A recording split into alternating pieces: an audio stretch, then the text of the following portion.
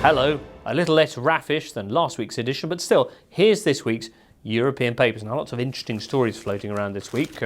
This in Bild, for example, Germans threatening to boycott the UEFA qualifiers. They complained to Platini and UEFA about the diluted format for 2016. Platini told them, fine, then don't play. And the German FA boss responds, yes, we will consider that. Not till after lunch, though, I reckon. Don't get your hopes up, though, Gibraltar, says Bild, because it's all empty threats. All right, well, how about this one, then, from Sport? We are casting for a new manager, says the Catalan paper. The hunt is on for Barcelona's new boss, because they're, a full 3 points off the top of the table. And a big surprise in the candidates they mention here. Look, there's Luis Enrique, Valverde, and Andre Villas-Boas. I know, no Big Sam.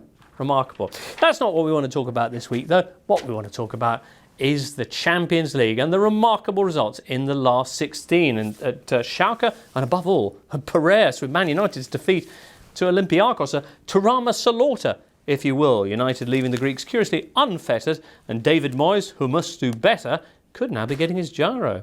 Now, you know that bit in The Sixth Sense when the rest of the cinema finally got it, that he was just a ghost? Well, that was Europe this week with United. Gazzeta's editorial the next day. The English champions, but they're just flops. They're painful to watch, said L'Equipe over in France. Is this really the English champions? Bild too, where they reckon that the U in Man U now stands for something new. Untergang. Downfall. Yep, bunker scenes ahoy. Money doesn't score goals, Bild informs us. And as for Tony Kroos, who would join this sinking ship? Who indeed? Well, what about the Greeks? Of course, they've seen some Euro collapses in their time, but even they were stunned by a Tuesday's result.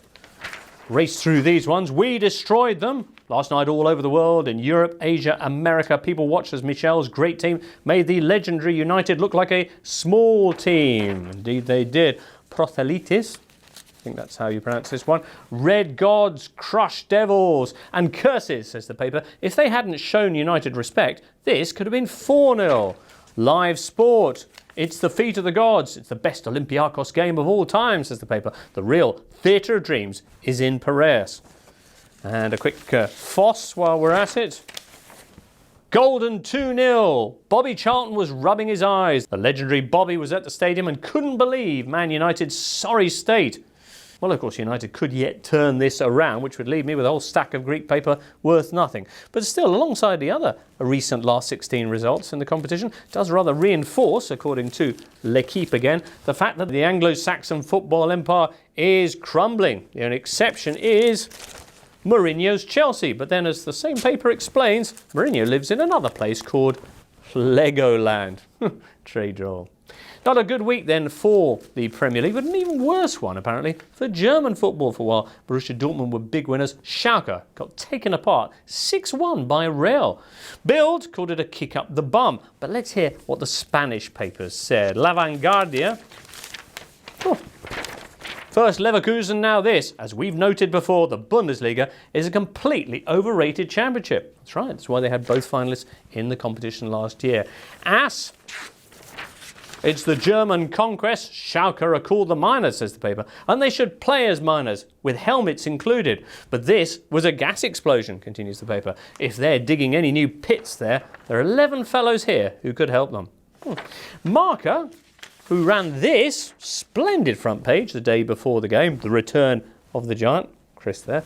They called the result special not just for the scoreline, but the fact that it came against a German side who traditionally are bêtes noires of Real Madrid, except they say Schalke didn't play anything like a German team. They didn't run, they didn't fight for the ball, they never competed. Here's Marca's front page the next day.